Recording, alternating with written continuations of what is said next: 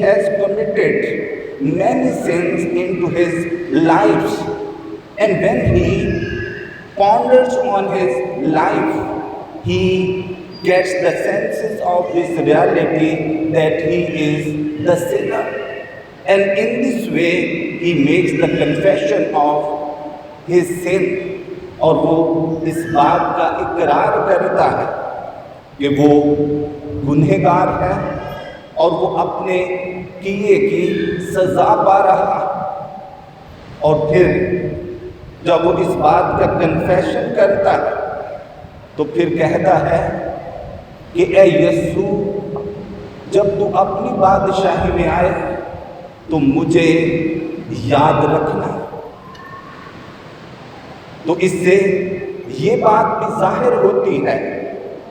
کہ وہ ڈاکو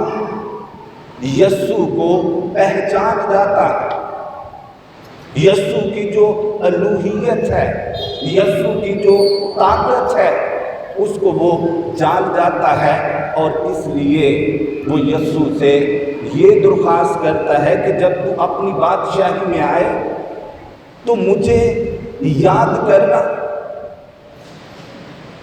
تو یسوع آگے سے کہتا ہے کہ تو آج ہی میرے ساتھ فردوس میں ہوگا۔ تو اب جو بات میں آپ لوگوں کے سامنے رکھنا چاہتا ہوں وہ یہ ہے کہ جب وہ اپنے گناہ کا اقرار کرتا ہے، اپنے آپ کو گنہگار تسلیم کرتا ہے، تو پھر وہ یسوع پر ایمان لے آتا ہے، اور پھر یسوع جو ہے وہ اسے کہتا ہے کہ تو آج ہی میرے ساتھ فردوس میں ہوگا۔ تو جب ہم فردوس کی بات کرتے ہیں تو فردوس کے لیے جو انگریزی زبان کا لفظ ہے وہ پیراڈائز ہے، اور پیراڈائز از دیٹ پلیس کہ جہاں ایمانداروں کی روحیں جو فائنل ججمنٹ ہے اس سے پہلے جو ہے وہ آرام کرتی ہیں۔ لیکن جب یسوع اس کو کہتا ہے کہ تو آج ہی میرے ساتھ فردوس میں ہوگا، تو آپ کو پتہ ہے کہ جب خدا نے آدم کو باہر نکالا تو پھر اس نے باغ کے چوگرد، باغ عدن کے چوگرد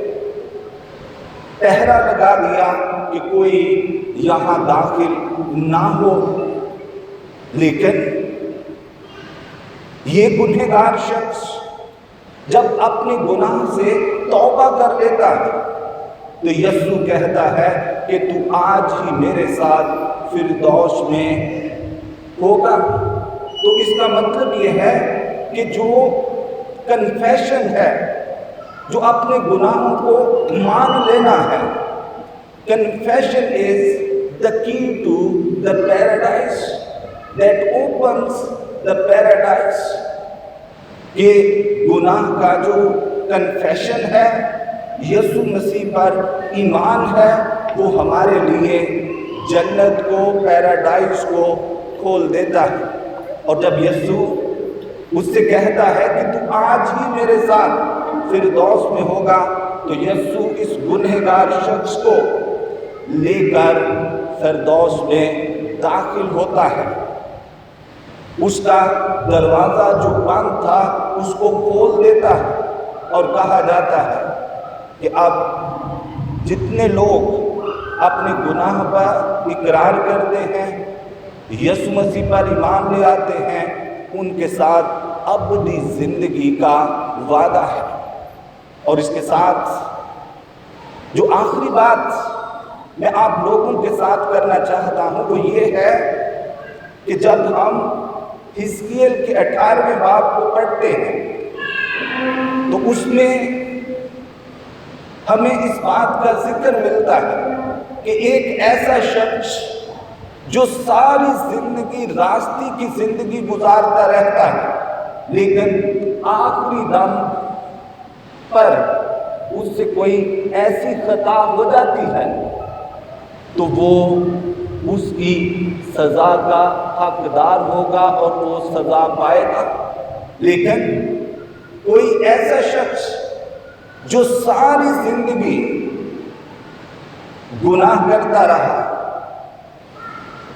بدیاں کرتا رہا، لیکن زندگی کے آخری دموں پر اگر وہ اپنے گناہ کا اقرار کر لیتا ہے، یسوع کو اپنا نجات دہندہ مان لیتا ہے، تو فردوس جو ہے وہ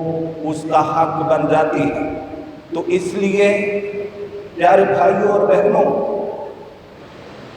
ہر شخص کے لیے نجات کا دروازہ جو ہے وہ اوپن ہے۔ جو بھی اس دروازے کو کھٹکھٹائے گا اس کے لیے یہ دروازہ جو ہے وہ کھل جائے گا۔ اور میری دعا ہے کہ جب ہم گڈ فرائیڈے کو سیلیبریٹ کر رہے ہیں تو ہم اپنے گناہوں کا، اپنی غلطیوں کا خداوند کے حضور میں اقرار کریں، تاکہ ہم خداوند کے ساتھ اس کے زندہ ہونے کا تجربہ کریں۔ اور یہ اس وقت ہوگا جب ہم اپنے گناہوں کو مانیں گے، یسوع کو اپنا شخصی نجات دہندہ قبول کریں گے۔ خداوند اس کلام کے وسیلے سے ہم سبوں کو برکت بخشے، آمین۔